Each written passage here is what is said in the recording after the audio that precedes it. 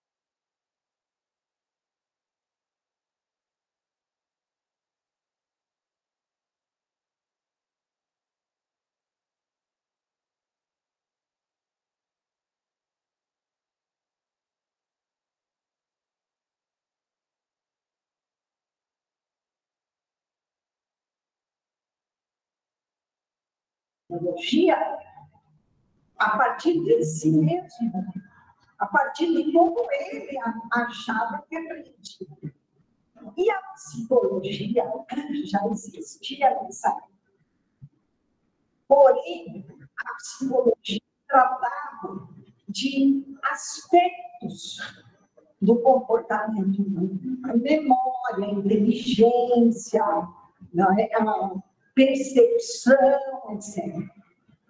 Para vocês terem uma ideia, é verdade que já estou com 77 anos, mas quando eu estava no colegial e na universidade, a psicologia ainda só tratava desses aspectos funcionais, do comportamento, da conduta humana. Por outro lado, durante os séculos anteriores, nós estamos vendo aqui, Piaget do século XIX, mas ele vai trabalhar no século XX, até 1980.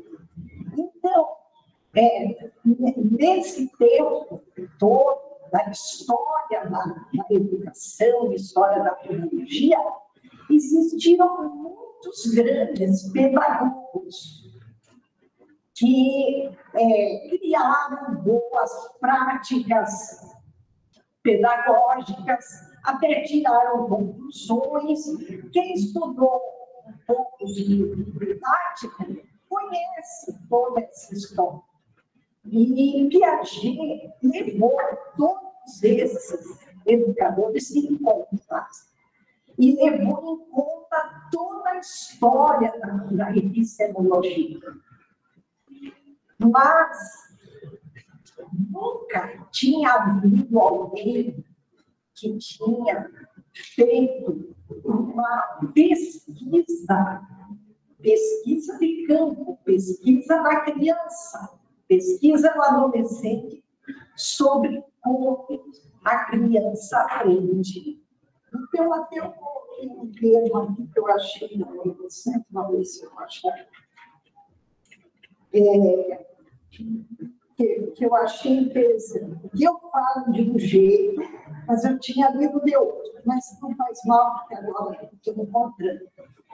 O que Piaget descobriu com as pesquisas, não com filosofia, pesquisando, e depois eu vou explicar um pouquinho melhor, o que ele descobriu foi o que na anatomia, nós chamamos de atlas da anatomia.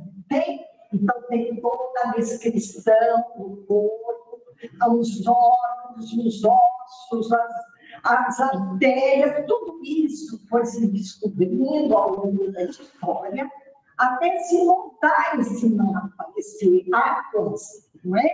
E até hoje, esse atlas, são acrescentados conhecimentos novos, por exemplo, a fáscia, que é um tipo de uma membrana que envolve todo o corpo dentro. Não se falava dela há 20 anos atrás. Então, esses mapas vão sendo melhorados. Inclusive, hoje, muita imagem, né, de computador, etc., vai se aprimorando esse conhecimento.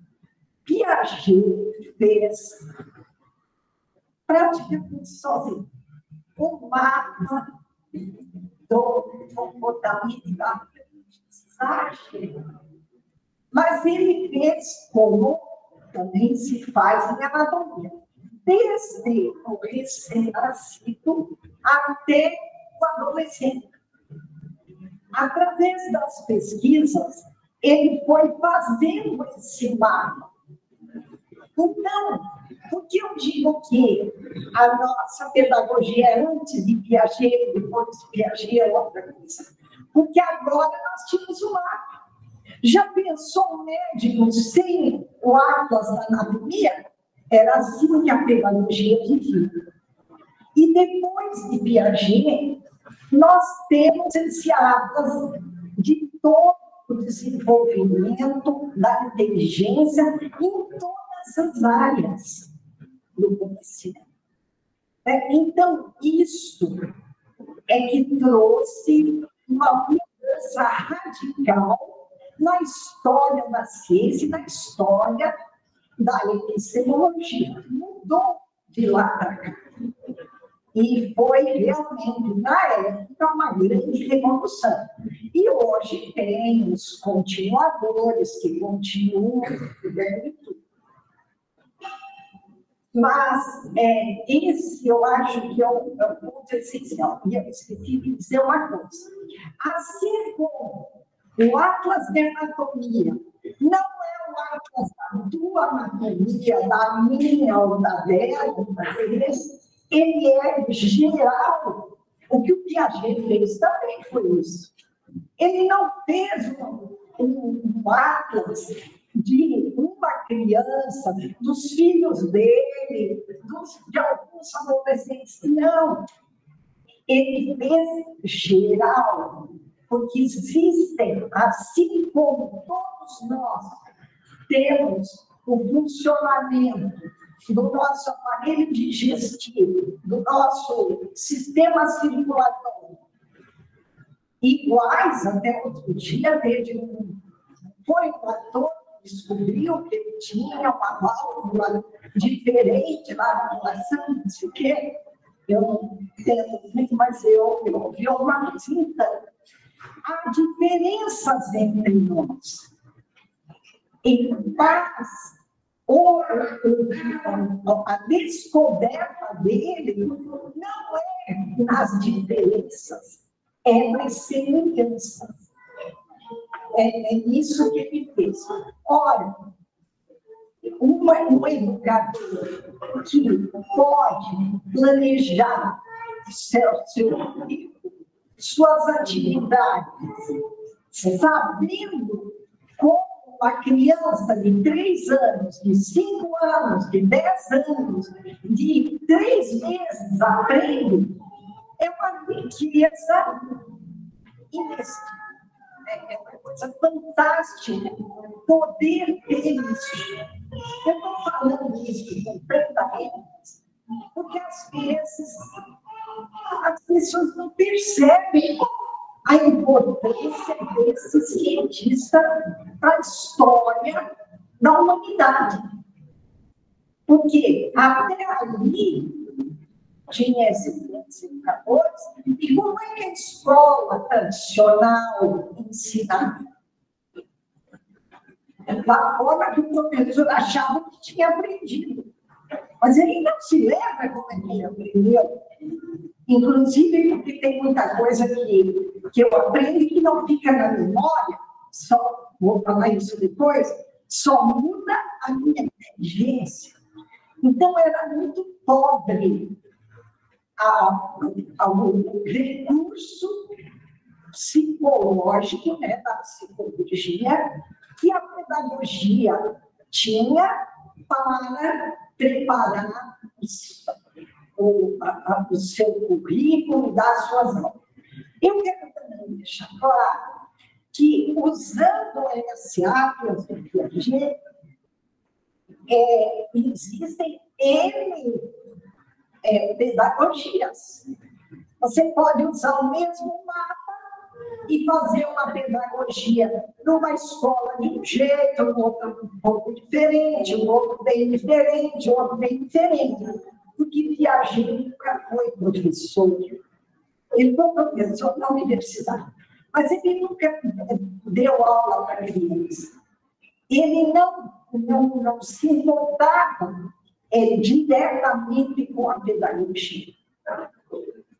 E aí nós vamos ver por que isso. Porque Piaget, a formação inicial dele era na área das ciências naturais.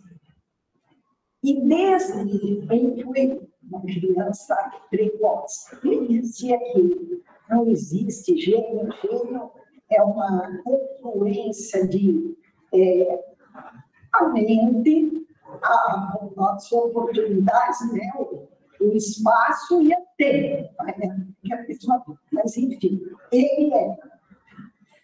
Então, ele já fazia pesquisas de ciências com 10 anos de idade. Né?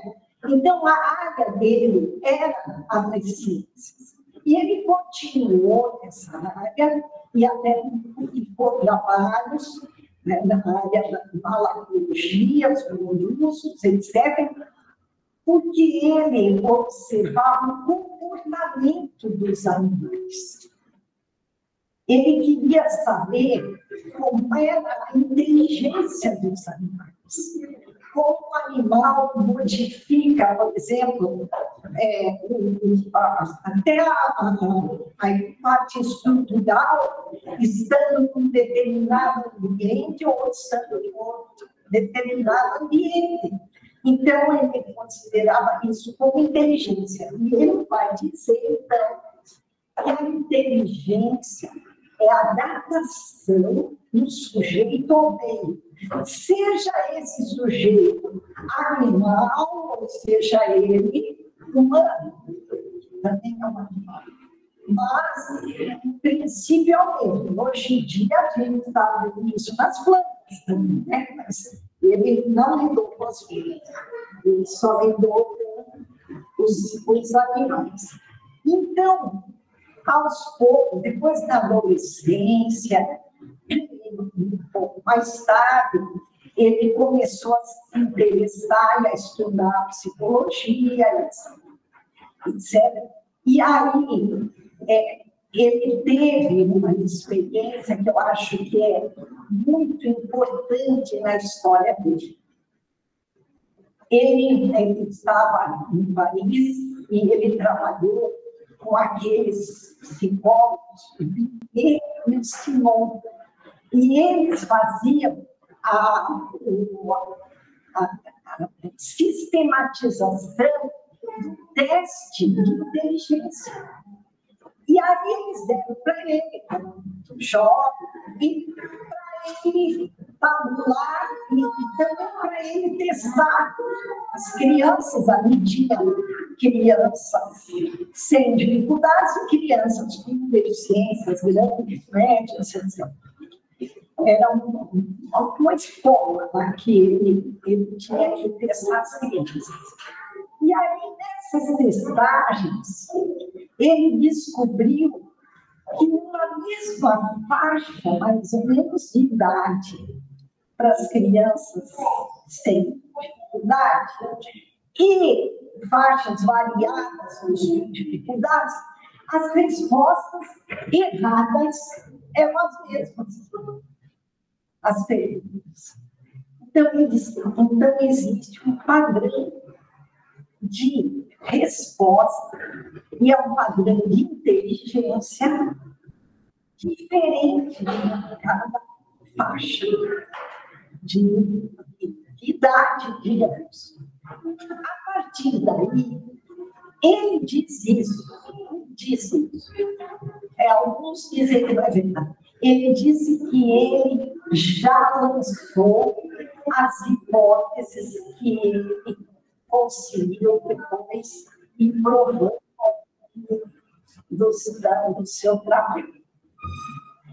Porque ele achou que ali ele encontrou que havia uma coisa importante que dá para fazer um mapa dos que tem mais ou menos 3 meses, 4 meses. As diferenças dos pequenos não são muito grandes, mas depois as diferenças já não são assim, com 3 meses, com 5 meses, com 10 meses, a diferença é enorme.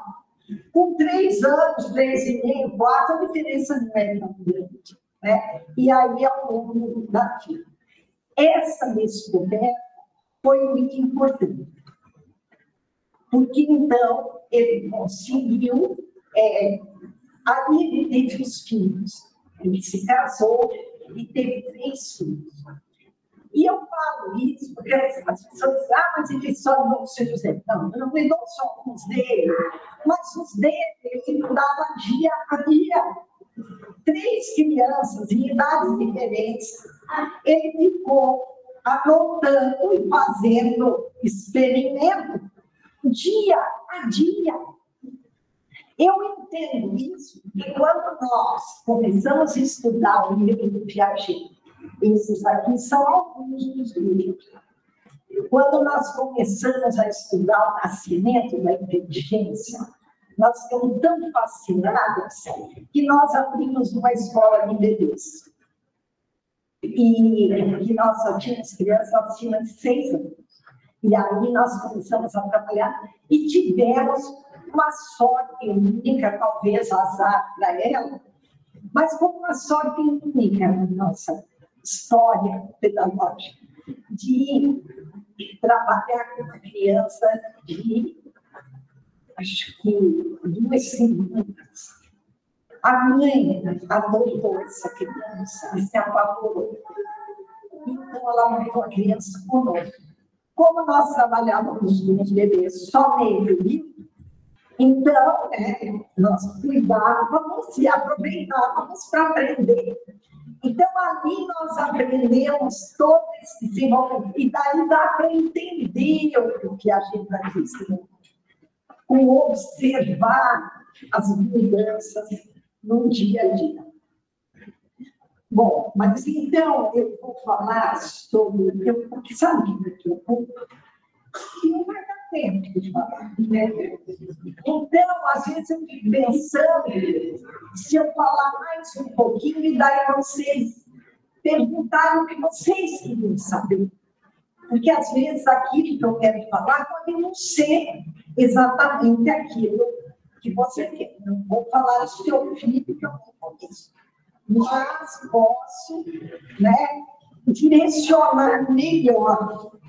Então, eu coloquei algumas coisas aqui.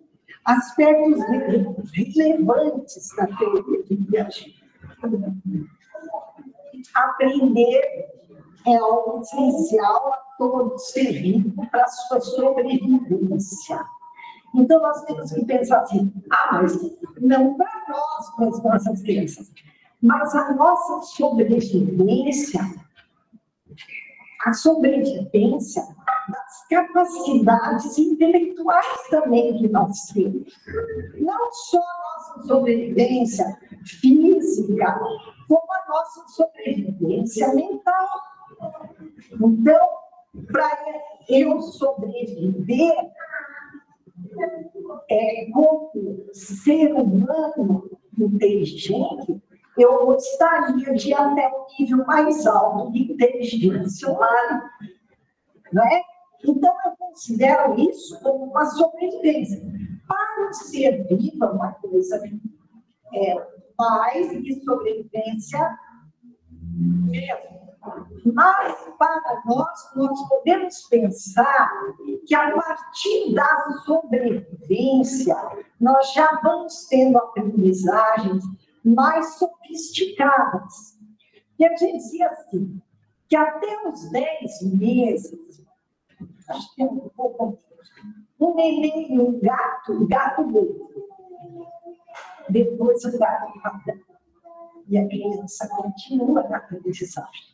Em termos de aprendizagem, lá é esperto, né? Mas depois ele para e a criança vai continuar. Né? Então, a aprendizagem é essencial. E se ela é essencial, aqui vem um ponto importante que norteou a nossa pedagogia e deve nortear a sua educação. É que, então, se ele é ele é um processo natural.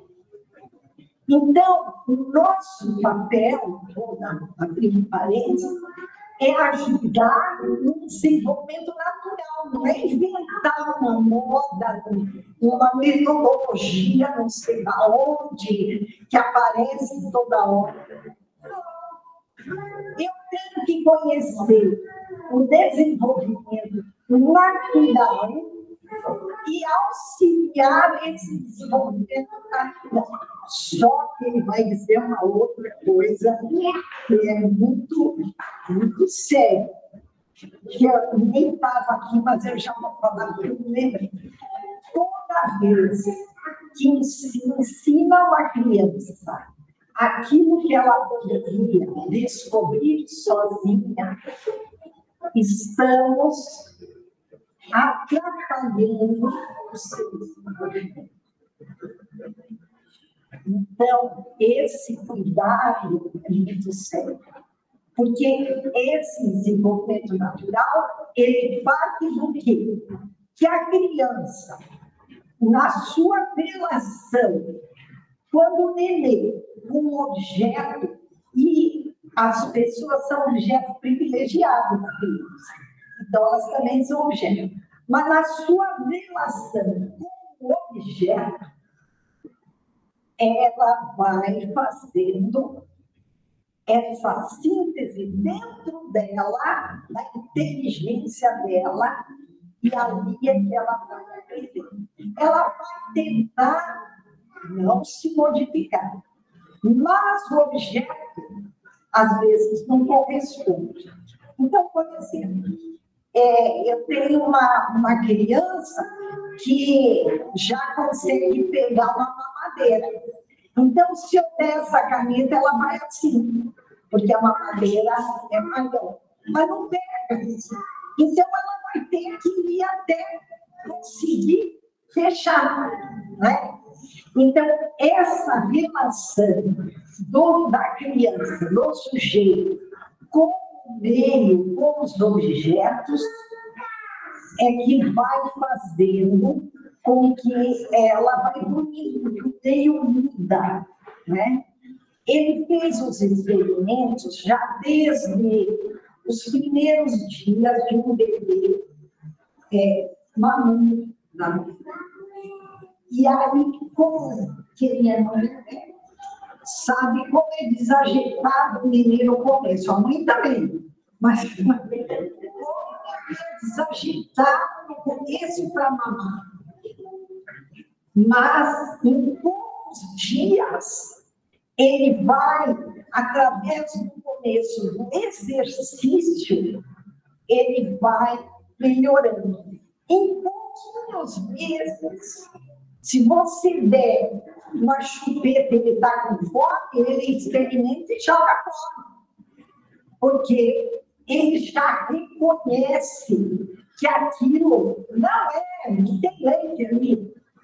E ele, então, ele vai jogar fora. Então, veja, isso que eu estou falando de coisas tão pequenas, ao longo de um processo de desenvolvimento, essas coisas vão ficando mais complexas. E toda aprendizagem é um processo natural. Toda. Eu não tenho que inventar. Agora, eu tenho, por exemplo, alunos com pensamento, já entrando com pensamento abstrato. Eu tenho que criar, porque o meio, aí que a gente tem que ter, o meio do neném é riquíssimo. Está tudo lá. Quer o berço, já está. Porque é o lençol que ele pega, não é uma minha mão, né? São mil coisas ali que ele faz. Agora, no jovem que está estudando matemática, eu tenho que criar uma situação que ele vai resolver com a sua inteligência, que é natural. O processo de inteligência é natural. Então, ele vai resolver. Então, aí a gente sabe que os problemas que vai se dando para as crianças, que na realidade nós estamos dizendo que o sujeito aprende quando ele não consegue resolver sem se esforçar. Então, é o conflito, é o problema que faz o sujeito aprender. O conflito está no objeto? Não, está na cabeça dele. Ele vê o objeto, ou ele algo que ele quer resolver e não consegue, então o conflito está na cabeça dele. E ele vai procurar as ferramentas mentais para poder, e eu não vou usar os termos piagetianos, para poder resolver aquilo ali, né? E aí ele se apodera desse princípio. Quando ele se apodera, que ele conseguiu, se modificou, conseguiu aprender, nós dizemos que ele passou por uma equilibração, porque ele teve um desequilíbrio, uma equilibração, mas majorante. O que quer dizer isso? De maior. Ele não vai estar igual ele estava antes. Ele vai estar maior. Então, eu sempre dizia para os professores, quando a gente estudava, como é bom, né? A gente todo dia fica mais inteligente. Mas é verdade. Toda vez que você está usando a sua inteligência, e aqui um parênteses, para a gente não se preocupar com os erros. A Constance Camille, que estudou com Piaget, a especialidade dela era a área da aritmética, matemática, ela dizia uma coisa muito importante. Duas crianças discutindo. Uma dizendo que 2 mais 2 são 4. E a outra teimando que 2 mais 2 são 5. As duas tiveram uma mudança de inteligência. Por quê? Porque elas usaram a inteligência e estavam ali argumentando. Não importa se estava errado. Esse é um ponto que depois vocês me lembram se eu esqueci. Eu queria muito falar sobre essa questão do errado, do certo, do pronunciamento.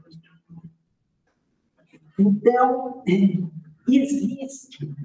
Esse é um ponto importante do Piaget. E é importante para nós. Todos vocês querem que seus filhos aprendam o máximo, não é? Mas existe uma diferença entre conhecimento e saber. O conhecimento, quando a pessoa adquire um conhecimento, ela pode generalizar esse conhecimento para outras situações, ela pode usá-lo das mais diversas maneiras, e ela vai conseguir gravar esse conhecimento. Quando ela adquire um saber, o saber é uma coisa pequena, o conhecimento é como ela teve um conflito, ela se desequilibrou, ela se reequilibrou. O saber eu falo e ele aprende, digamos que ele aprende. Eu expliquei lá para ele, falei e ele aprendeu. O saber geralmente é aprendido com o outro. Não que não se possa aprender com o outro, pode, mas o outro quer botar na cabeça aquilo que eu nem sou capaz, às vezes, de aprender. Então, o saber é um conhecimento desvinculado da inteligência. Ele ganha aqui, ele morre aqui. Pode ser que ele até se estenda um pouquinho, né? Quantas pessoas sabem que o Brasil foi descoberto por Pedro Álvares Cabral, 1500, muita gente sabe disso. Mas se você perguntar para 70% dos brasileiros como foi, que situação, nada. Isso é um saber. O saber não é aplicado a outras situações. Ele morre ali. Então, não nos interessa o saber. Uma coisa, eu não esqueço, a gente tinha uma professora aqui, aí um dia ela veio e falou assim, gente, lá no tempo tem um menino, não é verdade, 3 anos. Ele é muito inteligente, muito estudado, ele achou que ele fala. Aí um dia eu falei para ela, mas fala uma coisa dele, ele sabe onde ele está números ímpares. Eu falei, meu Deus, 3 anos, sabe onde eles fazem números ímpares? E falou que ela pensava. Aí eu já me resolvi, pergunta para ele, que é fase de ímpar? Aí outro dia ela veio, falou assim, gente, não é mentira da vida.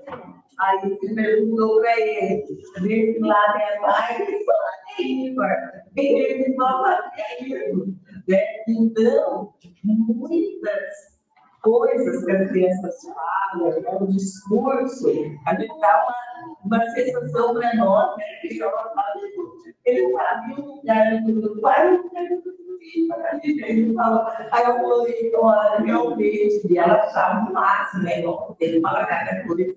E isso, em vez de a gente querer que a criança adquira esses saberes, a gente pode perguntar para ela quando ela vem saber por quê? O quê? Como? Né? Quando? Aí você já pode saber se era um saber ou não, ou se era um conhecimento que ela adquiriu. Porque o conhecimento é que vai fazer todas as, né, a sua história mental. Agora, vamos ver a partir desse equilíbrio. Sim, o processo de aprendizagem, disso eu falei um pouquinho. Ele é interno. E ele é interno. E não só ele, como a motivação para aprender também tem. Então, o professor, né, a gente vê esses professores, especialmente esses do cursinho que ficam fazendo malabarismo lá na frente para os alunos dele, para se motivarem, a motivação é interna. Isso aqui eu fico pensando bastante, tanto nos pais como nos professores. Porque a gente vê que as crianças pequenas, elas são muito motivadas e muito curiosas. Por que é que depois de determinada idade elas começam a dividir? Eu acho que é porque nós começamos a deixar um pouco as possibilidades de curiosidade, de falar, de dar opinião errada, de falar besteira, de buscar todos os campos do conhecimento, né? Eu acho que nós limitamos um pouco, e eu acho que é isso que tira essa curiosidade. Eu penso que se os pais forem sempre curiosos, nesse ponto eu me lembro do meu pai, que era uma pessoa com poucos conhecimentos escolares, mas era um homem inteligente. A gente viajava muito de carro, antigamente, as estradas, muito de terra, né? Ele não deixava, nós temos um monte de filhas, todas dentro do carro, ele não deixava a gente dormir. Ele dizia assim, olha lá, tal coisa, olha aquele morro, não sei o quê, que planta será que é aquela? Olha aquela árvore. Então, ele, na curiosidade dele, ele estimulava a curiosidade nossa, não é de saber. Então, quando eu comecei a trabalhar na escola, e anos depois até, a gente viajava muito com os alunos, porque a viagem, gente, com a escola, não estou falando que a viagem com a família não é legal, mas é diferente. A viagem com a escola, ela vale, assim, uma semana, 2 meses de ano. É uma coisa impressionante. Só que, quando nós viajávamos, eu não deixava mexer cortina. Nada de mexer cortina e ver filme, isso só depois, quando não se enxerga mais nada lá fora. Então, nós íamos para a viagem com bússola, com altímetro, com binóculo, microscópio, onde acho nós levamos demônios. E aí nós íamos questionando e falando, e eles iam olhando mapas. Nós usávamos muitos mapas. Que pena hoje, né? Esse GPS, ele pode ser muito bom para coisas pequenas, né? Mas ele tira completamente a noção do outro. Completamente. Não abandone os mapas, porque eles são importantes. O mapa é bom porque ele é grande, né? Assim, bem grandão, que dá para você ver todas as cidades. Então, a curiosidade, ela é natural, mas, assim como tudo você tem que desenvolver, também você tem que ajudar a desenvolver uma criança. E eu falo isso para os professores, e eu penso isso, pensei, e sempre como mãe. Eu tenho que ser curiosa. Eu tenho que saber quais são os filmes que estão passando, eu tenho que saber quais são os programas da cidade, eu tenho que saber o que está acontecendo comigo, eu tenho que querer ir quando tem lá aquelas observações do sistema solar, estrela, lua, não sei o quê, eu tenho que querer ir, eu tenho que ler muito, eu tenho que gostar de ler, eu tenho que gostar de poesia, eu tenho que gostar de cinema, de teatro, de exposições de artes. Eu tenho que gostar de tudo, porque aí ela vai viver nesse ambiente rico e ela vai ser mais interessada.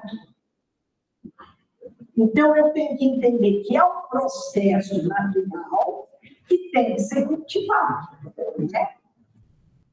Eu acho que não existe nada como ler jornal. Gente, me desculpe, mas eu gosto de ler jornal no papel. Porque ali você vira a página, você mexe, eu pego a tesoura, já recorto, esse eu mando para a Eliana, esse eu não sei para quê. Então, um dia vocês vão ficar vendo.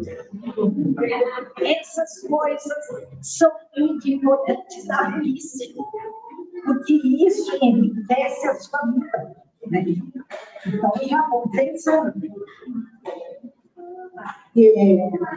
O processo interno. Bom, aí, a inteligência, eu queria dar muito detalhe para não atrapalhar você. Mas que a gente dizia que o exemplo é uma forma muito importante de aprendizagem. O negativo aprende e o positivo então vai ajudar muito. Mais do que falar, tem fazer, né? Porque às vezes a gente fala e não faz. Pais que falam que os filhos não ficaram no celular e eles estão lá. Não adianta. Isso até, eu acho, desculpem, eu acho que isso distorce a moral. Porque é uma mentira. Isso que você vai fazer. Né? Eu queria falar um pouquinho, porque agora, eu só vou falar uma aqui. A elasticidade das cidades. O Piaget via como 4, 5 anos de diferença na criança para aprender, nenhuma importância. Eu não considerava isso como grave. Então, a criança tem um tempo de aprender. E umas vão em um ritmo, outras vão em outro ritmo. Diferente, o que não quer dizer que não vão aprender. Um dos princípios é que todos aprendem. Porque até os camundongos, as borboletas aprendem, nós todos aprendemos. Em ritmos, crianças, às vezes, com deficiências intelectuais, etc., podem aprender perfeitamente. Na época da pandemia, eu dava aula online para um grupo de alunos com dificuldades, com deficiência intelectual. E teve um aluno do 26 anos, a mãe me ajudava, eu ficava lá do lado dele, só que às vezes eu mandava ela ficar quieta, mas ela pegava ajuda.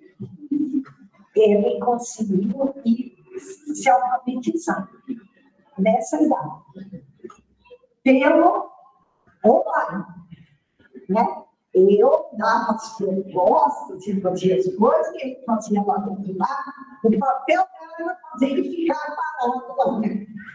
E, então, não tem idade. Nós já tivemos alunos que se alfabetizaram, crianças com deficiência, com 8, com 10, com 15 anos, as mesmas fases da alfabetização que as crianças com, né? Então, isso é possível. Mas eu acho agora que eu vou parar um pouquinho para vocês perguntarem aquilo que vocês querem saber. E para mim, está fôlego. Olha, o Brasil não se fala também. Eu não sei se vou dar uma pergunta, assim, muito mais clara que a escola, mas em relação às CUTs, né?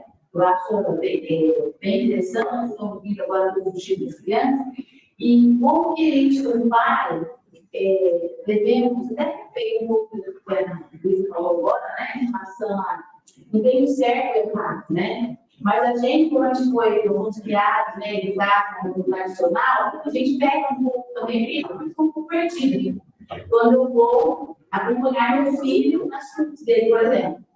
Ao mesmo tempo que eu quero deixar concluir, né, uma escola, um problema, como eu estou lá na equipe, né? Então, se ele colocar uma resposta que é errada no curso, por exemplo, eu não tenho a resposta errada, ou eu falo para ele, se isso não, como que eu faço? Eu vou aproveitar esse assunto, que realmente é um termo específico, e eu já não estou na escola, eu não influo nessas coisas, mais de 5 anos, quase 10 anos. Então, eu não vou entrar nisso, mas nós podemos falar sobre ele. Então, vamos fazer para poder, né, como a gente decidiu acompanhar que é algo que a gente está trabalhando em casa, mas ele o direcionamento dele, o conhecimento da criança, né? Eu vou falar para você o que o Piaget falou sobre o erro, porque ele não tem método, ele não fez, ele não trabalhou com pedagogia, ele só descobriu como a criança aprende, só isso. Mas ele falou algumas coisas, eu já falei. Se você ensinar uma coisa que ela podia descobrir sozinha, você atrapalhou a inteligência dela. O outro ponto é que ele mostra que a aprendizagem não se faz nem a partir do errado para o certo, nem a partir do não saber para o certo. A aprendizagem se faz progressivamente, ela é uma aproximação progressiva da verdade. Progressiva. Vai desde Menezinho até 15 anos, mais ou menos, 14. Por aí. Então, tem tempo para chegar no certo. Agora, esse processo, dependendo do nível de pensamento da criança, dá a impressão até que ela está errando mais ainda do que antes. Porque o que a criança tem, isso que eu acho mais maravilhoso em criança, ela sempre sabe. Se ninguém meter a colher, ela sempre sabe, ela tem resposta para tudo. Tá? Então, essa resposta, dependendo do nível de pensamento, talvez a gente tenha que falar um pouco sobre os níveis de pensamento. Existe um primeiro nível de pensamento. Então, vou dar um parêntese na sua pergunta, mas não vou esquecer. Existe um nível de pensamento, não é de pensamento, é de inteligência, que vai do 0 até 1 ano e meio, 2 anos. Nessa fase, já no final começa assim, mas até uns 8 meses, 10 meses, a criança, até quando ela começa as primeiras palavras, ela não tem pensamento. Ela tem sentimento, ela tem percepção, mas ela não tem pensamento. Para pensar, veja, aqui é uma coisa assim complicada.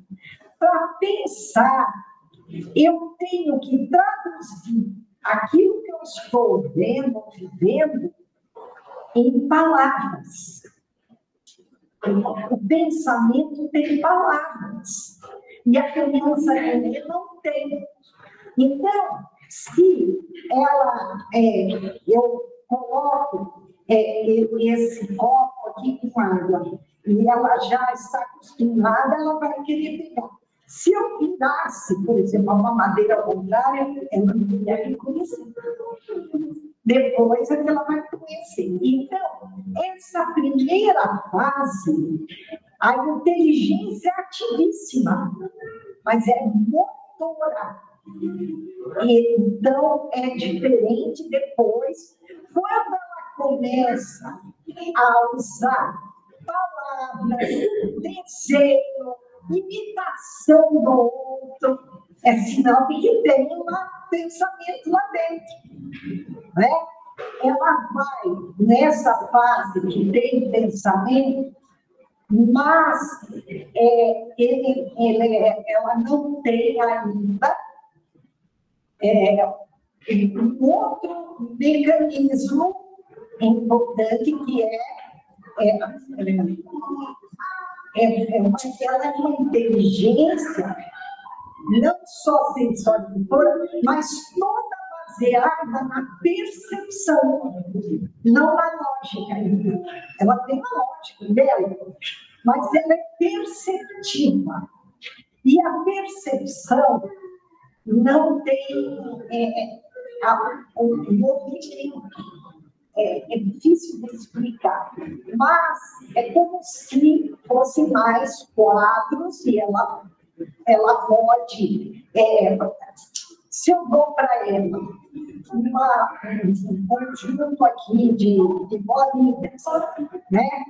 E aí ela olha, eu estou ali, não ponho mais nada. E ela diz, tem bastante bolinhas. Aí eu espalho. Ela diz, agora ficou pouco. Isso é a percepção. Ela não percebe, ela não corrige a percepção pela ação mental. Que seria, não, mas ficou do mesmo jeito, só espalhou. Esse espalhou não diz nada para ela.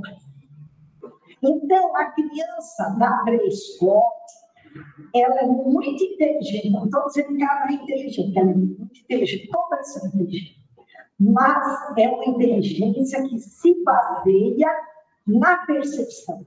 E não é corrigida pelo raciocínio. Ela ainda não faz esse raciocínio. Aí, quando eu pego uma maior, 6 anos, por aí, e faço isso, ela está brincando, pensando que sou toda, você só espalhou essas bolinhas ali, não pôs nada, não tirou argumento. Antes estava igual, agora é igual, é um argumento. Tudo isso são raciocínios. Aí ela entrou no pensamento operatório, que é o da criança toda do primário. Só que ele é operatório concreto. Ela precisa, para raciocinar, pensar em coisas. Por isso que no primário, os problemas estão sempre ligados, que fulano foi e levou não sei quantas coisas, e aí o outro pegou e tirou. Porque ela precisa desse enredo mental, né? Que são os objetos agora transformados em pensamento, ela precisa deles para raciocinar. E aí vem um último nível de pensamento. Só que isso não é assim, rapidinho, é rapidinho, só que eu não falo. Aí é o pensamento abstrato. Aí levanta a hipótese, aí trabalha com muitas variáveis, aí é o pensamento que eu dizia, não precisa mais de instituto, pode ir para qualquer colégio. Já fez o seu processo de desenvolvimento mental. Agora, ele entende a língua do professor. Até aí, o professor tinha que entender a língua dele. Agora, ele não precisa mais. O professor, ele entende, o professor escreve, ele entende. Não é? Ele mesmo resolve. Então, esses são os níveis. E cada nível desse, a criança vai ter uma maneira de resolver todos os problemas dentro desse nível que ela está. Então, eu não posso querer que ela, por exemplo, como era antigamente, eu vou ensinar as letras para ela se alfabetizar. Ela vai dizer, por exemplo, que isso aqui, mamãe não é o cinema. O papai te ama. Entende isso? Nós temos a obrigação de entender, nós entendemos. Isso que é o legal. É você poder ler aquilo que ela escreveu desse jeito. E aí eu vou, né? Então, eu vou escrever, tá? Mas daqui a pouco ela faz assim. Mamãe foi ao cinema. Nossa, a evolução daqui para cá é impressionante. Porque cada risco significa uma sílaba. Da onde ela tirou isso? É que a criança levanta hipótese sobre tudo, desgraçado tudo. Porque ela levanta hipótese sobre tudo. Né? Então, eu tenho que respeitar. Ah, mas eu não entendo isso. Então, respeito. Deixa lá ela fazer isso. Uma criança que está começando a fazer cult, e eu acho aí importante, porque Piaget também fala sobre isso, que é a educação da vontade. Parece uma coisa antiquada, eu tento falar isso, mas é uma coisa que funciona. Se você disser assim, ele faz do jeito dele, ele vai lá, faz 5 minutos e vai embora. Aí você olha e você diz, muito bem, o que você quis fazer aqui? Então, você pode perguntar. E, para aqueles que fazem tudo de qualquer jeito, você pode dizer, eu sei que você faz melhor do que eu já vi. Veja, você já viu. Porque ninguém como é que fala esse ditado? Quem pode mais...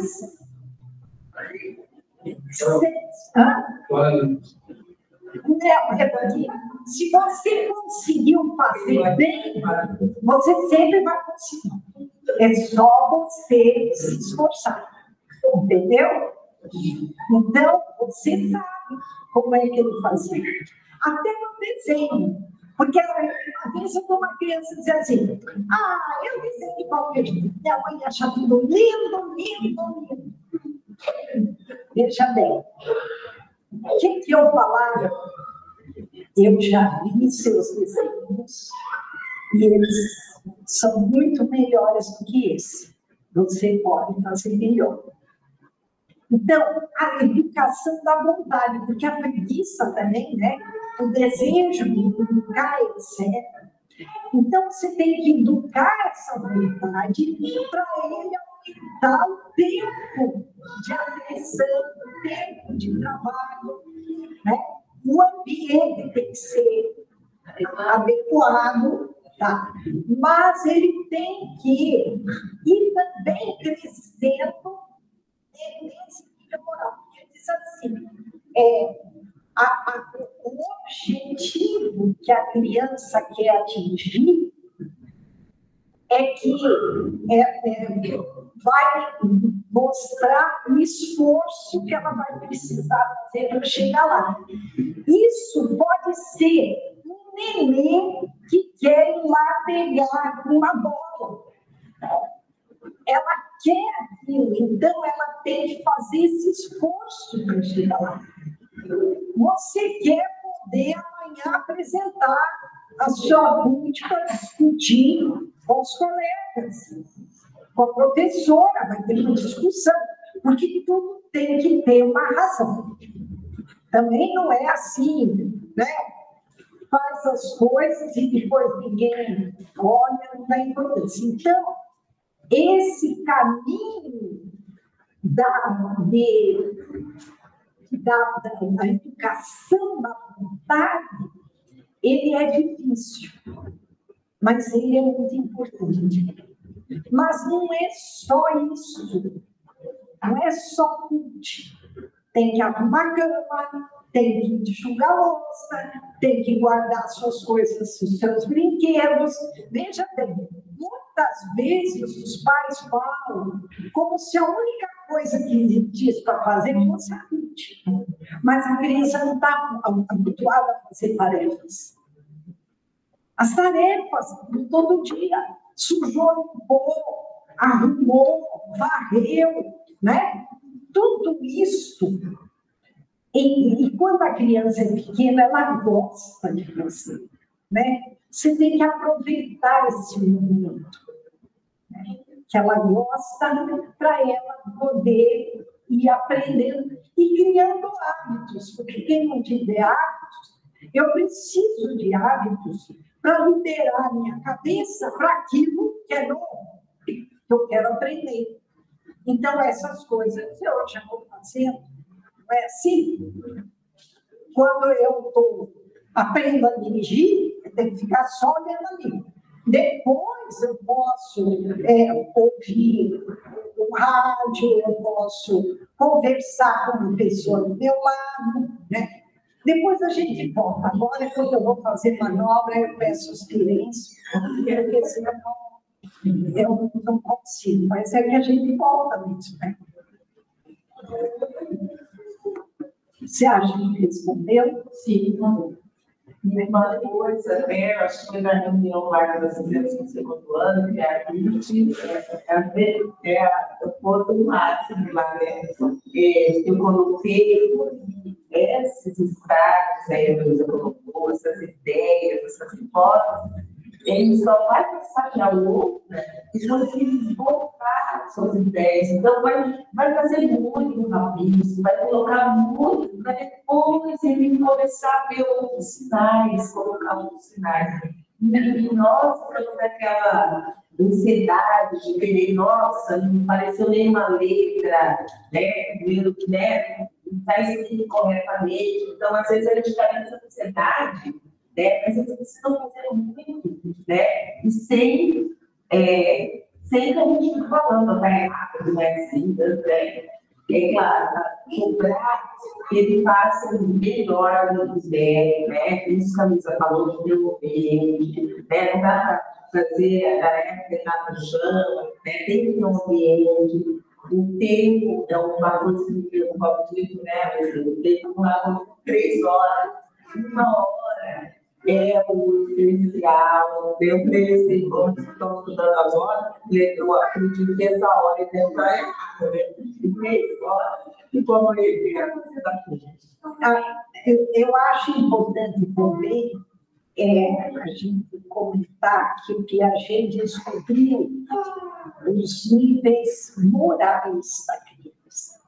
E essa é uma área muito importante, porque para Piaget, o desenvolvimento moral é tão importante quanto o desenvolvimento do raciocínio, porque a visão dele é de humanidade, é de que os seres humanos têm que saber se relacionar, né? Então, a criança desenvolve o nível moral no relacionamento com as outras crianças, com os iguais, não com os adultos. Se a escola não tivesse nenhum motivo para existir, né? Digamos, está tudo na internet, está tudo lá, a questão moral ia precisar da escola. porque é no convívio com o outro que ele vai se reconhecer como pessoa e vai encontrar os seus limites. E isso também nas próprias discussões, né? De uma discussão, por exemplo, a professora diz lá, todo mundo vai escrever tal palavra, e depois vão discutir no grupo o que cada um escreveu desse jeito ou daquele jeito. Isso aí é tanto uma situação respeito como eleva o pensamento e a aprendizagem da criança. Porque todos temos, isso é importante, todos temos necessidade de ser coerentes. A coerência é uma coisa muito forte no ser humano, né? Então, na luta de argumentar por que ele escreveu porta com um D e o outro escreveu um T, vai dar uma discussão, uma busca de coerência, né? E vai ajudar o desenvolvimento. Depois, aí existem, por isso que eu disse que as metodologias depois são infinitas dentro de um mesmo princípio teórico. Eu gostava de fazer isso. Aí eu dizia assim, tudo bem, agora eu vou escrever como é escrito nos livros. E cada um vai marcar todas as letras que acertou. Pode ser coisa na frente, atrás, do lado.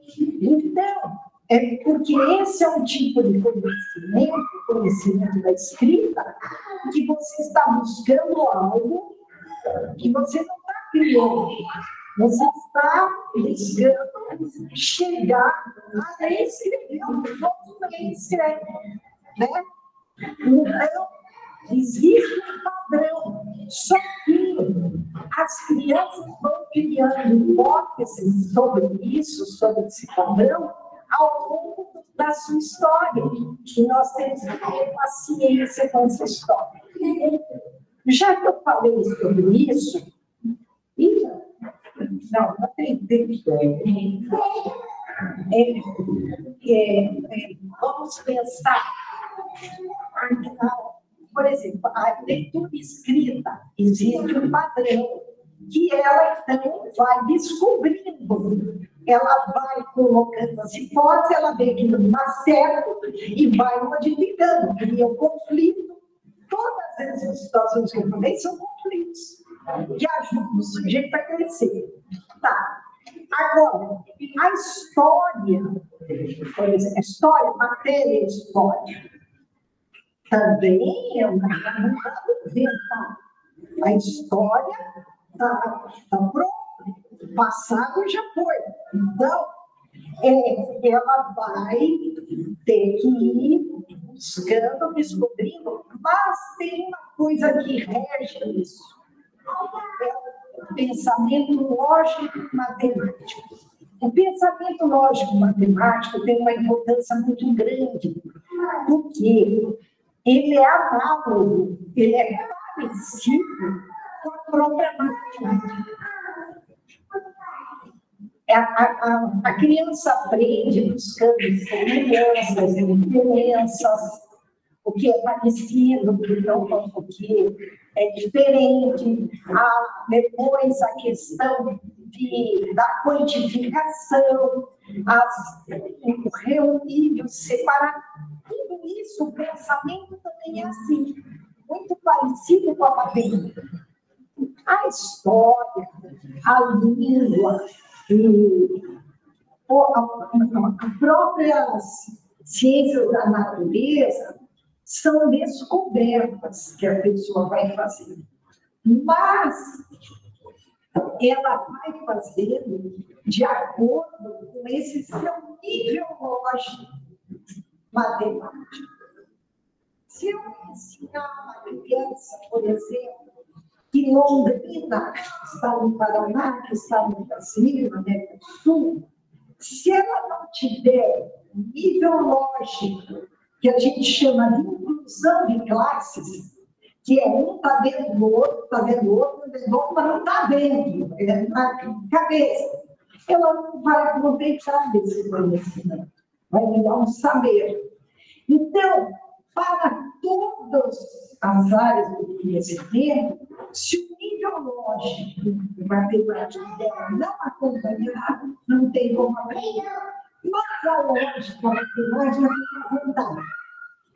Se ela estuda história, geografia, ciências, é preciso dar uma importância muito grande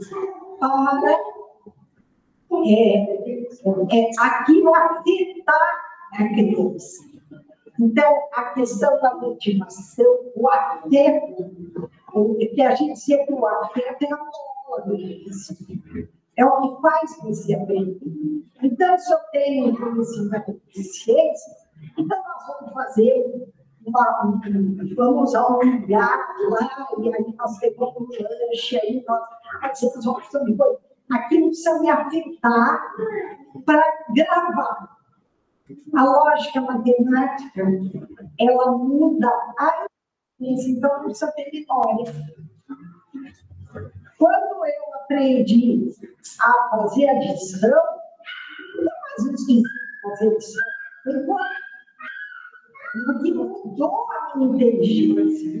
Então, a lógica matemática é muito importante, porque ela vai balizar as outras áreas. Se ele não tiver um nível lógico para aquele conhecimento, ele queria saber. E aí não adianta nada.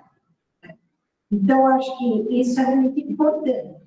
E aí, o conhecimento social das relações sociais é feito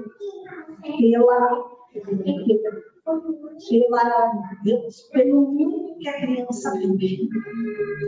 E aí o que a gente está mais sempre no desenvolvimento, que os modelos são muito ruins.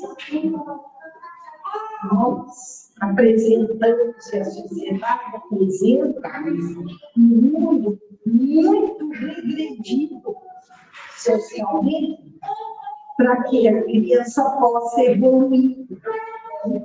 Mas ela pode evoluir nessas suas relações com os colegas, né? E na medida da relação com o adulto, na medida em que ela for capaz de tomar atitude sozinha, ela deve tomar. Mas aí não é uma coisa tão simples. Mas eu posso ter uma criança que eu não vou deixar ela escolher a roupa, que ela vai vir para a escola, o armário inteiro, mas eu posso dizer, é só essa. Escolheu. É importante escolher, porque quando você escolhe, aquilo vira seu. Então, isso dá uma autonomia, porque a busca do desenvolvimento moral é você chegar a um nível bom de autonomia e cooperação. Não pode separar a autonomia da sociedade. A cooperação, só cooperação, você faz tudo que os outros querem. A autonomia, só autonomia, você não dá a mínima para ninguém. Então, tem que ter as duas coisas juntas, né? Aí você consegue um nível de desenvolvimento, de maturidade, né? Que você é autônomo. Eu, por exemplo, paro no sinaleiro, mas eu sou autônomo. Eu paro, eu sei que aquilo ali resolve os problemas. Não é que eu paro, porque senão você não dá. Às vezes eu preciso ser. ficar com medo da luta para não ajudar a velocidade. Porque todos temos um pouco que nós chamamos de heteronomia, né? Precisamos da autoridade. Mas esse processo tem que ser feito. Então, eu, quando penso nos professores, eu penso que a escola, ela tem duas. Uma é dos alunos e outra é do grupo dos professores. Então, como você vai desenvolver autonomia? Se você não é autônomo, isso é mais difícil. Se você não conhece o seu nível de autonomia, você tem que conhecer. Então, nesse grupo de professores que funciona como uma sala de aula, que trabalham juntos, que planejam juntos, que estudam juntos, que discutem juntos, é que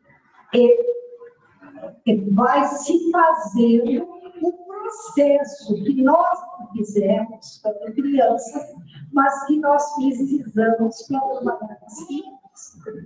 Então, a sala de aula das crianças é igual a sala de professores. Tem os desentendimentos, tem necessidade de entrar em acordos, tem um aprende mais rápido do que o outro, mas uma coisa importante nessa coisa é aprender rápido. Às vezes os pais se preocupam. Mas meu filho está mais adiantado que os colegas, está perdendo tempo. Então, ajudar o outro a aprender, nossa, é um exercício muito grande de pensamento. Você fazer uma pessoa ou outra entender uma coisa que ela não entende é uma coisa difícil. Isso ajuda a ele a se desenvolver. Então, é necessário que haja desníveis em sala de aula. Uma sala onde todos têm o mesmo nível, tem pouco crescimento, porque não se cria situações difíceis. Num grupo de professores, não tem nem dúvida que é assim mesmo, né? Uns estão começando, outros estão muito adiantados, e é muito importante para os professores. Eu estou falando, não sei se está interessando você, mas eu acho muito importante para os professores a interdisciplinaridade. O professor que fica preso só na pessoa na velha, ele não é professor. Ele não tem visão da vida. Ele não tem visão de vida. Ele tem que saber português, matemática, história. Às vezes ele dizia um professor, por favor, vá lá naquela turma, ela está pré-escola. Vá lá no 5º ano, porque a professora não sabe, você dá uma... mas você não fez o 5º ano? Você já fez o 5º ano, dá para você ir lá no 5º ano. Então, a necessidade da interdisciplinaridade entre os professores, porque isso vai criar uma escola interdisciplinar. E eu penso, desde todo o tempo que eu trabalhei, que a melhor forma de aprender é pelos projetos interdisciplinares. Porque a cabeça da gente não é disciplinar. A cabeça da gente é interdisciplinar, é ligada a problema, não a matérias. Não está me importando se é história, se é geografia ou se é ciência. Está havendo uma guerra lá entre Israel e a Palestina. Todos temos que nos interessar e estudar tudo, onde ficam esses lugares, como são esses povos, qual foi a história de cada povo, etc, etc. Religiões, tem que estudar religiões, tem que estudar política, tem que estudar tudo. E a interdisciplinaridade, o projeto interdisciplinar, ele traz um desenvolvimento para os alunos, para os professores, para a escola, para os pais, para todo mundo, porque todo mundo se envolve com aquilo. Então, é muito rico. E uma escola tem que ser um lugar alegre, animado, com disciplina, mas animado, e as crianças têm que brincar bastante. Se não brincar bastante, não aprende. Gente, eu vou deixar vocês falarem, vocês perguntarem, vocês discutirem, vocês criticarem, porque eu tenho que parar um pouco. Posso falar uma notícia?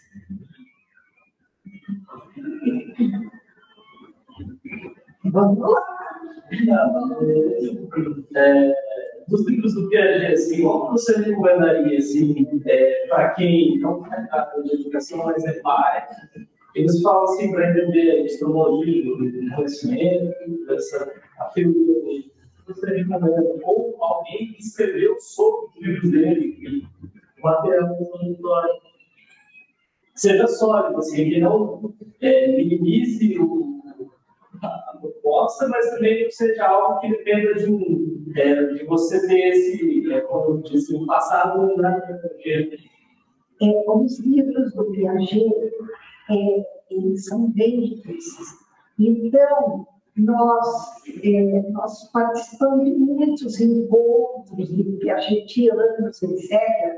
Nós tínhamos um contato muito forte com o Unicamp, que tem um centro de epistemologia genética. E lá, o professor Jean-Marc Vidal, que é um francês, ele deu uma sequência para nós começarmos, que começava no Psicologia da Criança, mas era um livro difícil. Mas eu vi outro dia, eu passei para vocês, né? Elas podem passar para você. Aquele livro da Palma, que ela não me devolveu, que o Piaget, que tiramos os textos do professor Atila Palma. Eu acho que aqueles textos do Piaget são muito claros, porque aquilo ali não foi feito assim para o professor, foi uma palestra, não sei o que ele deu lá. Eu acho que aqueles ali. Qual que é essa pessoa do Unicamp? Você falou? Não, essa era a pessoa. Não, é que eu vou porque eu acho que era o senhor hoje, né? Porque eu via, digamos assim, a matéria na TV Cultura dos anos 70 sobre esse. Ele acha que era, o passado dele era psicanalista, né? Ele era psicólogo, psicanalista, e ele tinha um programa dele na TV Cultura, assim, muito bem antigo, não é algo novo, mas ele explicava que o trabalho do TG, mas esse cara ele escreveu uma coletânea de textos que eu estou tentando, eu acho que esse francês que você falou, ele mora no Brasil. Ele tem um livro para entender explicar para não entender. Mas tem aquele, como é que chama aquele professor lá que eu falei, da Fernando Becker, tem o Nino de Macedo, tem alguns, elas vão poder, então não poder te ajudar. Esse lá eu gostei muito, eu achei, porque nós temos um grupo de estudos da teoria piagetiana, né?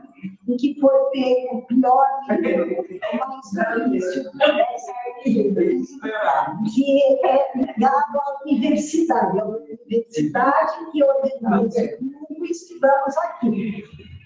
Eu acho muito difícil, eu acho que se desse um daqueles para ajudar, o pessoal viria mais. Não, é a síntese do Piaget. Síntese, que é a síntese. É o que há de mais difícil, né? A análise é fácil. Agora, você sintetizou, deixou só o principal, precisa saber muito para chegar lá. Você tem que analisar primeiro. Mas nós estamos estudando. Abstratos e marrom. É que é uma vez por mês. Eu acho um pouco. Até igual ao próprio dia, dia 16. gente tem no próximo encontro. Das 7 às 10 da noite. O que mais? Vamos lá. Eu tenho. Ai, que bom. Você estava comentando, né, que o desenvolvimento moral, ele tem esses estágios de desenvolvimento, assim como a inteligência, e quando você estava falando das formas de conhecimento, você falou que é um processo natural, a gente tem que criar um ambiente, um contexto, mas que é um processo natural. A minha pergunta é, pensando que o desenvolvimento moral também, então, nesses estágios, eu imagino que também é um processo, de certa forma, natural. Qual que é o nosso papel como pais nesse desenvolvimento moral, considerando também que você falou que o principal relacionamento e interação entre vocês se desenvolvem moralmente é com os pais, e não com os pais. Qual que é o nosso papel, então, No desenvolvimento moral em casa? Para você ter uma ideia, que a gente testou lá as crianças, e uma criança assim de 5 anos, ela acha que quebrar 3 pratos por querer é menos grave do que quebrar 10 pratos sem querer, porque são 10. Então, para ela, a quantidade, veja o pensamento moral, não é ligado à intenção, é ligado à quantidade. Né? Então, para você ver como às vezes fica difícil para a criança entender certos comportamentos. Eu penso o seguinte: primeiro, eliminar a questão de bom e mal. A criança não é nem boa nem má, porque ela fez isso ou fez aquilo. Não usar de sentimentos. A mamãe ficou triste. O amiguinho ficou triste que você fez isso. Não. Conversar, por exemplo, se for com você, eu não gosto de fazer assim comigo. Então, eu não quero que você faça assim comigo, porque eu não gosto. É suficiente. Né? Então, aqui, quando elas se desentendem, nós temos uma técnica que vimos aprendendo há muitos anos com os viajantes, e que foi interessante, que depois nós aplicamos na guarda meninos, adolescentes, e deu muito resultado. Colocar as 2 pessoas, se elas são pequenininhas, muito, elas têm um ano e pouco, você pode fazer o papel. Ela está aqui chorando, você diz: eu estou vendo que ela sofreu com o que você fez com ela. Aí, e você, como você está assim, que ela também não sabe falar muito bem. Eu estou vendo que você não percebeu que você machucou ela, ela não gostou. E aí você fala, agora um pouco maiores, você fica só mirando e elas vão conversar.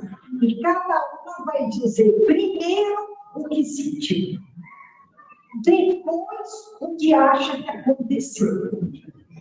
E aí nós vamos ficar surpresos, porque as coisas que aconteceram foram muito diferentes do que nós estávamos vendo. E depois, como gostaria que a gente fizesse para ele, para voltar à amizade. O que tem que restabelecer são os laços. Por isso que é muito bom dizer a mamãe ficou triste, agora a mamãe... Porque são os laços que tem que voltar, né? Então, ela vai dizer para a outra o que ela acha que a outra devia fazer, ou poderia ter feito e não fez. E aí elas vão restabelecer. Mas a gente tem que ouvir. Eu sempre conto aquela história. Eu tinha 2 alunos que um bateu uma vara no outro, bateu no parque, e aí o outro chorava, não tinha jeito. E aí voltamos, ele falou, ele me bateu com a vara, e doeu muito, etc, etc. Aí o outro desesperado, ele disse, não, mas foi sem querer, eu não vi que eu tinha te batido, não, continuamos. Até que ele disse, mas o que eu posso fazer para você parar? Ele disse, uma massagem. Então, você tem que ouvir a criança, você não pode supor. E, em segundo lugar, briga de criança, a gente não pode tomar pastilha. Não pode. Por isso que a professora tem que estudar o nível moral dela. Porque a vontade, às vezes, ele avançava. É claro, eu não vou permitir, se eu vejo uma criança batendo na outra tiro, não pode machucar. E nem machucar verbalmente. Mas é preciso fazer a mediação, porque aí haverá crescimento.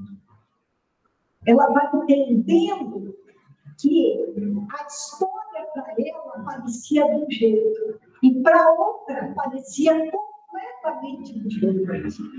Ela não tinha ideia, lá na guarda que eles eram de 15 anos, eu ficava um pouco que dizia assim, meu Deus, fulano, eu não imaginei que você tivesse pensado nisso. Né? Então, é uma questão de conversar, de usar as palavras e a criança aprender a expressar o que ela está sentindo, ouvir a expressão do outro, né?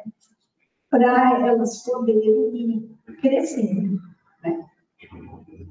Agora, nós também, se eu desrespeito um aluno, eu tenho que ir sentar lá, me desculpar, e se for na frente de todo mundo, eu tenho que fazer isso na frente de todo mundo.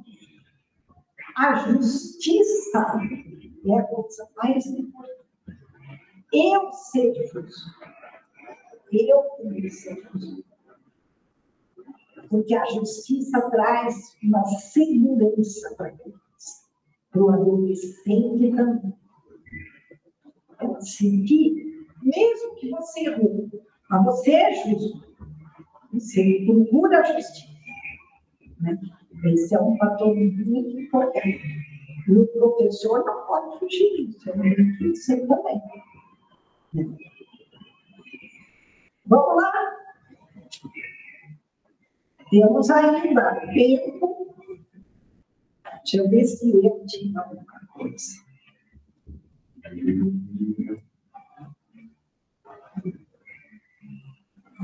Eu acho que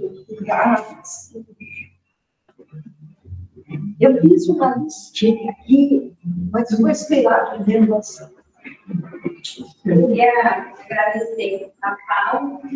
Eu acho que é um tema muito importante e que merece ser estudado muito, né? Porque também é muito fácil quem estuda, ele está do outro lado, e às vezes nenhuma mediação, né? Deixar as crianças e aprender, mas tem mediação básica. E as pedagogias tradicionais que vão limitando aí um pouco esse conhecimento da criança. Né? Eu trabalho com crianças que têm atraso, né, no desenvolvimento, então isso é muito evidente quando você tem um diagnóstico. Quando a criança recebe um diagnóstico, tem pedagogias ou tratamentos, né, que delimitam a criança naquele diagnóstico. Né? Isso a gente perde muito, perde o desejo da criança, perde essa posição de que ele pode responder mais coisas, né? Não só um limite de uma cartologia. Então, eu tenho só confiança na minha prática, assim, quando as crianças aprendem, assim, porque a gente está ali, né, por elas, desejando que elas não pensem, dependem, né? Então, eu acho que isso é um tema, assim, que Essas escolas mais, né? Eu acho As escolas têm tratamentos, né? Eu acho interessante isso que você falou, que nós sempre tivemos crianças com dificuldades de aprendizagem, desde o primeiro ano da escola. Foi um assunto que sempre me interessou muito. Mas, quando os pais vinham conversar, quando ele falou comigo, eu nunca contei para a professora o que os pais tinham falado, e nem o terapeuta. Eu queria que a professora tivesse a oportunidade de ver aquilo, né, na sala dele. E, claro, daí ela vinha, olha, eu senti isso. Bom, então, essa criança tem um diagnóstico assim, porém, a maneira de tratar não é diferente. A maneira de desenvolver não é diferente.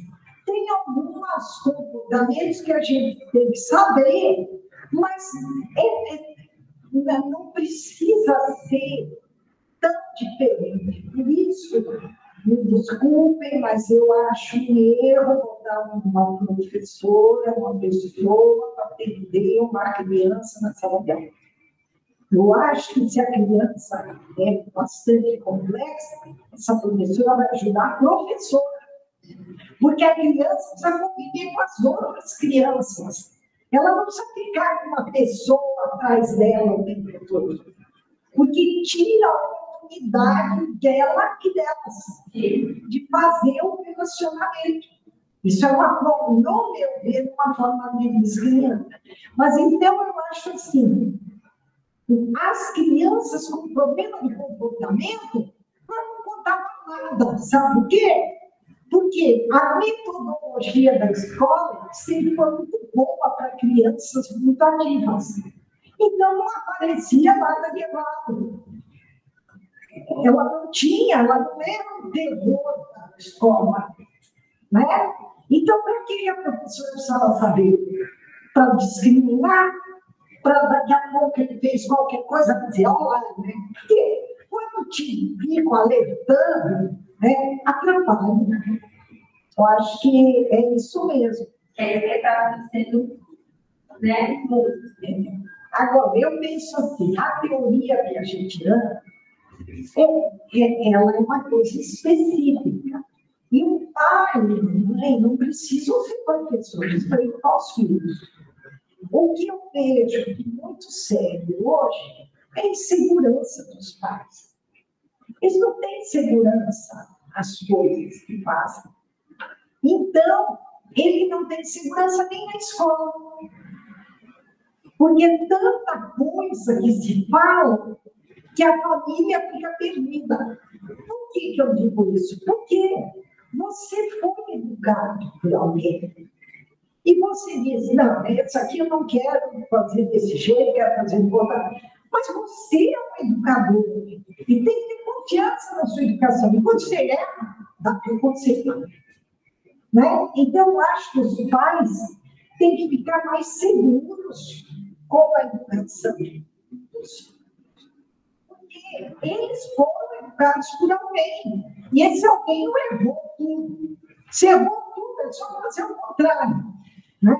Mas só que a gente, quando tem filho, acha que vai fazer o contrário, né? Mas depois, quando o tempo passa, vai ficando bem parecido, né? O jeito que a gente foi educado. Não é? Então, mais questões? Só uma observação, eu é que você falava, eu ouvi o dia para minha mãe, falou do verbo não é de dele, fala para ele. Não, tio, é dia, ó, dia. Até que um dia ele falou assim, eu dei para o Serena, ele acabou de cancelar o processo de aprendizagem. Na verdade, o raciocínio dela era muito evoluído. O raciocínio da criança pequena é muito evoluído. Ela regulariza todos os velos. Porque eu comi, eu bebi, então eu tinha fazendo. Mas como é que você pode ajudar? Você pode ajudar assim, como a gente fala, eu também dei com fulano e tal, pronto, não precisa dizer terra. Eu tinha um neto que era muito engraçado. Eu ia buscar, eu tinha uns 2 anos, mas ele falava muito bem, desde pequeno. E aí eu fui buscar, e aí ele falou para a funcionária, tchau, fulana, amanhã nós se vemos. Eu não falei nada, fechei essa porta, ele disse assim para mim, vovó, ela fala tão errado, fulana. Ele falou para ela a língua dela. A criança eu não ia falar nada, você ia falar, não se ver, tudo bem. Né? Mas ele sabia o certo, sabia o errado, e falava errado para ficar bem. Então, a coisa mais importante é a gente às vezes fica pensando, o que eu faço com eles? Ouço, olho, vejo como ela faz as coisas, né?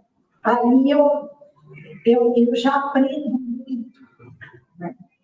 Não preciso tanta interferência, porque o processo é lento, né?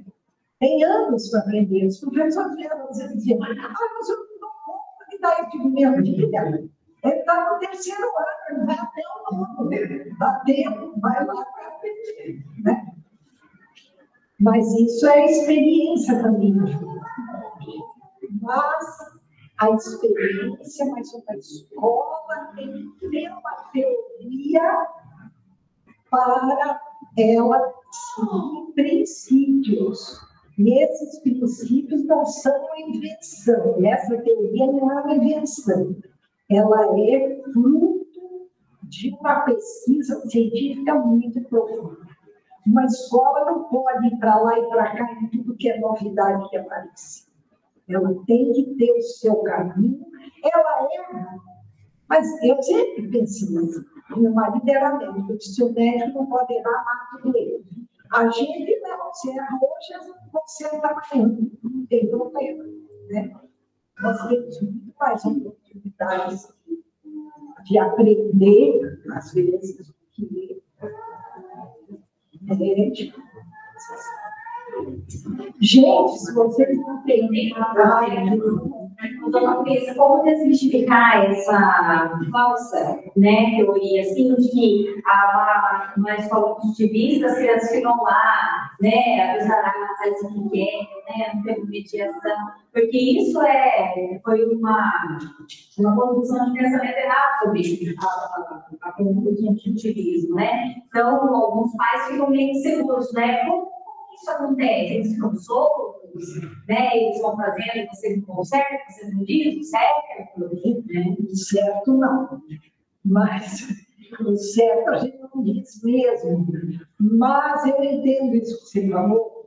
O Brasil teve uma fase em que resolveu adotar o positivismo, mas ninguém estudou, nem quem decidiu não estudou a teoria. É uma teoria difícil, mas ela tem que ser estudada.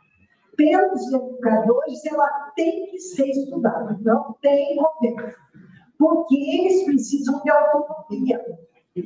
Então, se a pessoa ela não tem autonomia para dar suas aulas, como ela vai educar para autonomia? Mas isso ali foi uma ideia também se queria, na época, acabar com as reeducações, né?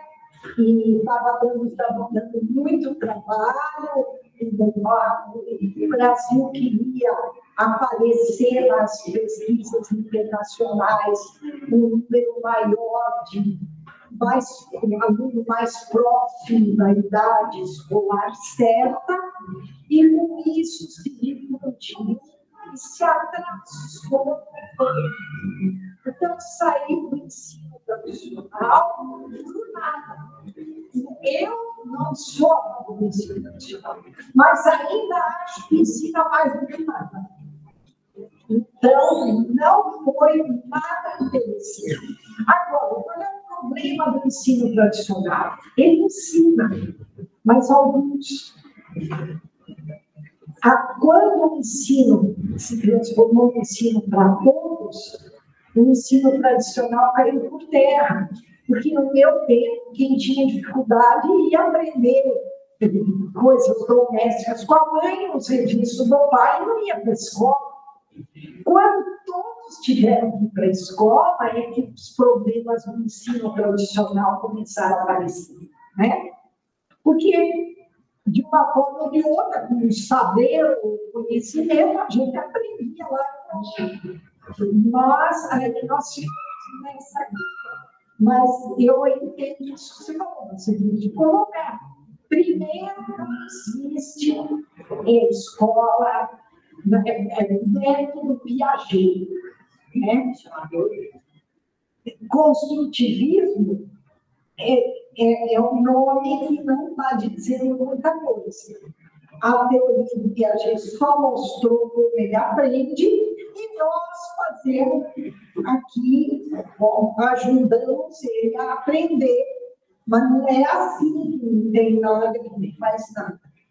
Não é aquele ensino, vai fazer prova, mora no medo, e tem prova, isso, prova aquilo. Acho que não se tem muita prova. Mas quando os alunos diziam, vai ter prova, sim, vamos fazer prova. O que é prova? Para mim, prova é. Eu pergunto para você, você sabe alguma coisa? Sei, então prova. Isso é prova, mas ninguém viu que você sabe, não. Né? Mas tirar esses medos, porque esses medos não são fruto do ensino tradicional em si, são fruto da falta de autonomia dos professores, dos alunos, que querem controlá-los através do medo. Né? Você não estudou, na aula agora eu tive. E isso é totalmente significativo, né? Porque você resolveu os problemas de disciplina educatória de uma forma que eu não precisou virar xerónimo. Eu acho que nós terminamos a nossa fala. Eu imagino que vocês cansaram, porque eu cansei. Muito obrigada, eu agradeço a oportunidade e quando quiserem, as razões. Eu quero agradecer que ele fez seu primeiro de diferente. A informação, né? Que ele está me contando muitas vezes. Mas quando a gente compra, a gente aprende. Não, com certeza. E quem sabe que fazer o que dos pais. Eu gostaria de agradecer ao ensino, porque, assim, para mim foi riquíssimo. Eu conheci a escola através da apresentação da Itana, quando meu filho estava com 6 meses de gestação. Somos um canal bem me apaixonei pela apresentação, pela teoria, de uma forma de conduzir o conhecimento da criança. E aí depois, quando eu já tinha oportunidade de entrar na escola, vieram e realmente um tempo bem tradicional. E a pastora foi a autonomia da coisa dos pais, a insegurança da gente de conviver. A gente foi criado num modelo diferente e a sociedade é criada e faz proteção num modelo diferente. Então, você vê, a maioria das escolas, no primeiro ano, você não lembra, se honrar. Então, por exemplo, os filhos das férias, eu fora das férias da casa dos meus pais, e aí tem os amiguinhos da mesma idade, eu voltei com um monte de coisa no WhatsApp, e encher de coisa no WhatsApp, de crime para aprender, que eu tenho levado. A gente tem que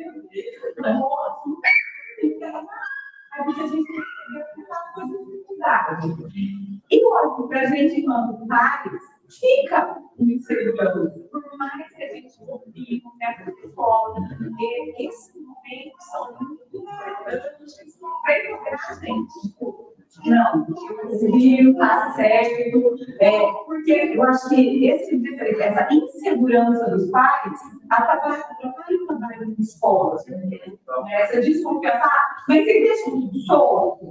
Não é solto, não é libertinagem. Tem toda uma metodologia dentro do trabalho, e assim, eu achei muito bacana poder entender um pouco melhor a base de tudo isso, onde começa, de onde isso vem, onde isso vai levar. Então, as pessoas falam, mas eu falo, depois que a gente está falando do pensamento abstrato e solidificado, aí vai para outro lugar. Daí isso mais a frente. E, para mim, assim, foi muito valoroso, porque é exatamente isso que eu quero. Não quero uma criança que não brinque, porque tem que aprender a escrever com 6 anos de idade. Eu quero uma criança que brinque, que saiba no momento certo, vai conseguir.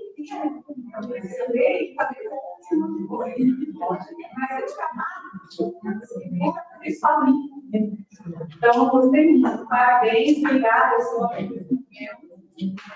É importante porque a escola é seminário mesmo. Essa conversa, e eu tive muito mais falha também, porque Tem online. também, tá? Celular? Alguns uns online, né?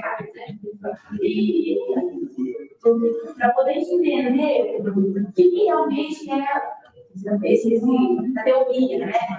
E a gente não sabe falar, né? Então, existe inseguro e chega sensacional, né? Já aprendeu. Então, é importante, como os pais, a gente mostra também em casa a continuidade de também da escola, né? Aí fica achando, eu tenho uma mochila, né? O que tem a mochila? Entendeu por quê? Não deu tempo, né?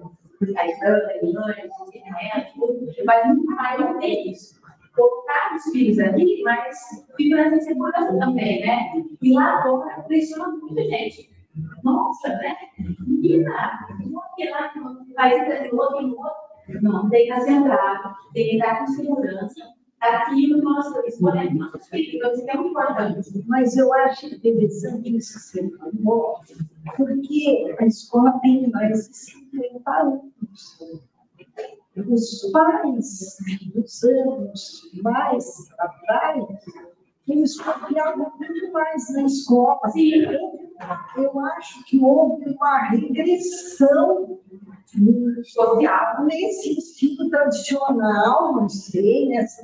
Nós nunca tivemos uma apostila e nossos alunos estão aí pelo mundo. Não é que eles estão aqui no Brasil, eles estão em outros países e vão ver, já tem vida. Então, hoje eu estou sentindo mais segurança e essa pressão que vocês sofrem do que eles fazem de fora. Eu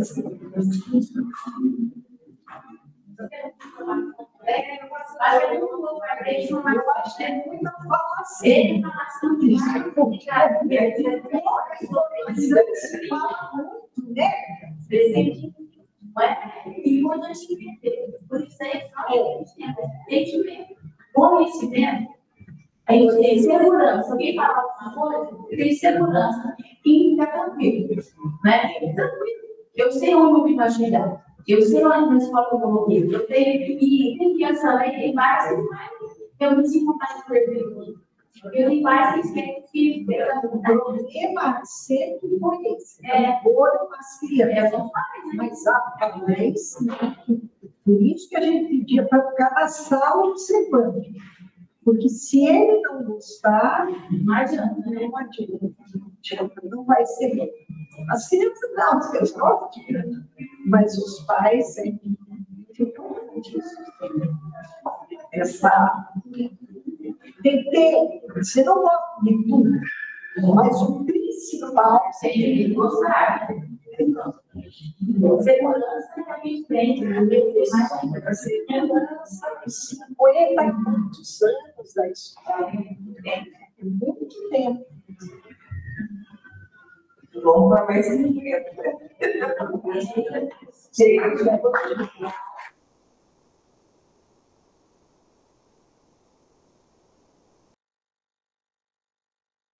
Ela é maravilhosa, né? Porque eu vou para